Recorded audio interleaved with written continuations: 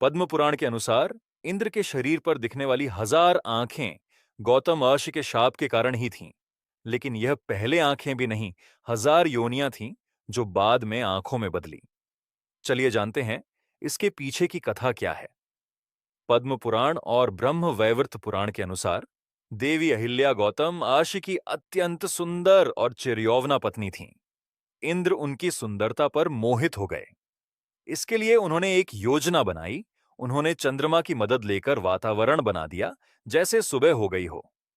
चंद्रमा ने मुर्गा बनाकर बांग दे दी। गौतम ऋषि सुबह पूजा के लिए निकलते थे। मुर्गे की बांग सुनकर उन्हें लगा सुबह हो गई और वह नदी की तरफ स्थान के लिए निकल गए। जैसे ही गौतम ऋषि अपनी कुटिया से बाहर गए, इंद्रदेव ने गौतम ऋषि का वेश धारण करके देवी अहिल्या को प्रणय के लिए आमंत्रण दिया। इसी दौरान गौतम आर्षि को नदी पर ऐसा लगा कि रात तो अभी बाकी है, लगता है कोई भ्रम हो गया है। वो वापस कुटिया की तरफ आए।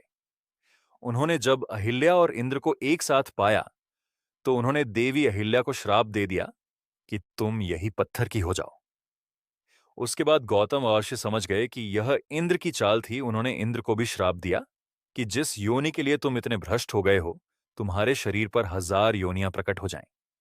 लज्जित और दुखी इंद्र ने बाद में सूर्यदेव की तपस्या की। सूर्यदेव ने श्राप को समाप्त तो नहीं किया, लेकिन उन योनियों को 1000 आंखों में परिवर्तित कर दिया। तभी से इंद्र को सहस्राक्ष कहा जाने लगा। वहीं गौतम महर्षि समझ गए थे कि इस सब में देवी अहिल्या की कोई गलती नहीं, लेकिन वह अपना श्राप वापस नहीं ले सकते थे। इसीलिए उन्होंने देवी अहिल्या को वरदान दिया कि उनका उद्धार करने स्वयं भगवान विष्णु आएंगे। और बाद में श्री राम ने अपने चरण से उन्हें पत्थर से देवी बनाकर उन्हें श्राप मुक्त किया था।